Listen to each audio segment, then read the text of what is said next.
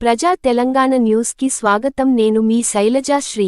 గజ్వేల్, సిద్దిపేట జిల్లా కాళేశ్వరం ప్రాజెక్టు విషయంలో కె చంద్రశేఖర రావుటి హరీష్ రావులకు హైకోర్టులో ఊరట లభించింది.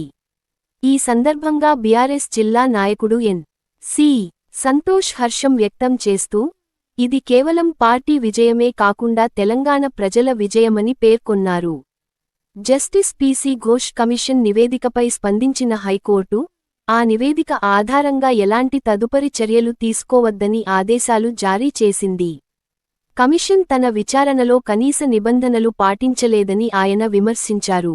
అలాగే, అనుముల రేవంత్ రెడ్డి నేతృత్వంలోని ప్రభుత్వంపై కూడా విమర్శలు చేస్తూ, ఈ నివేదిక రాజకీయ ప్రయోజనాల కోసమే సమర్పించబడిందని ఆరోపించారు.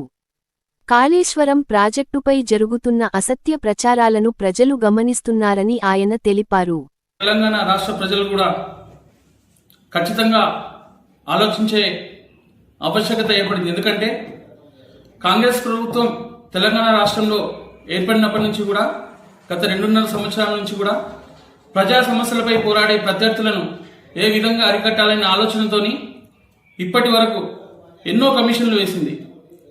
అందులో ఫార్ములా 1 ఈడేసే కావచ్చు, లేదా ఫోన్ ట్యాపింగ్ కేసులే కావచ్చు,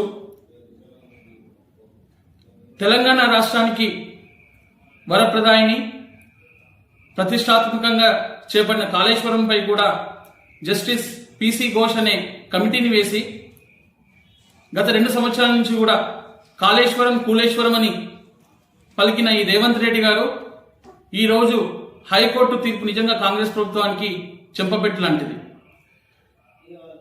ఈరోజు హైకోర్టు తీర్పులో చూసినట్టయితే మీరు తీసుకున్న నిర్ణయాలే కావచ్చు, మీరు అవలంబించిన ప్రాసెసే కావచ్చు, మొత్తం తప్పుల తడకగా ఉంది. ఈ నివేదికతోని ఎటువంటి చర్యలు కూడా తీసుకోవద్దని హైకోర్టు, సాక్షాత్తు హైకోర్టే కాంగ్రెస్ ప్రభుత్వానికి మొట్టికాయలు వేయడం నిజంగా బీఆర్ఎస్ శ్రేణులందరికీ కూడా హర్షించదగ్గ విషయం. పినాకి చంద్రఘోష్ గారు న్యాయ వ్యవస్థలో ఉన్నత శిఖరానికి ఎదిగిన వ్యక్తి. అతను సుప్రీంకోర్టు లాయర్గా ఉండి కూడా ఈరోజు తెలంగాణ ప్రభుత్వం సూచన మేరకు పి.సి. ఘోష్ కమిటీకి చైర్మన్గా ఉంటూ ఈ విచారణ చేపట్టడం అందరికీ తెలిసిన విషయమే. కానీ ఈరోజు హైకోర్టు తీర్పును చూసినట్టయితే ఈ రేవంత్ రెడ్డి ప్రభుత్వం అంతటి మహానుభావుని కూడా అతని ప్రతిష్టకు కూడా భంగం కలిగించేంత చర్యలు చేపట్టిందని చెప్పేసి మనం హైకోర్టు తీర్పును చూస్తే తేటతెల్లమవుతుంది. దయచేసి రేవంత్ రెడ్డి గారు ఇప్పటికైనా మీరు కళ్ళు తెచ్చుకొని తెలంగాణ ప్రతిష్టకు, అలాగే తెలంగాణలోని ప్రజల ప్రతిష్టను కాపాడాల్సిన బాధ్యత నీపై ఉంది.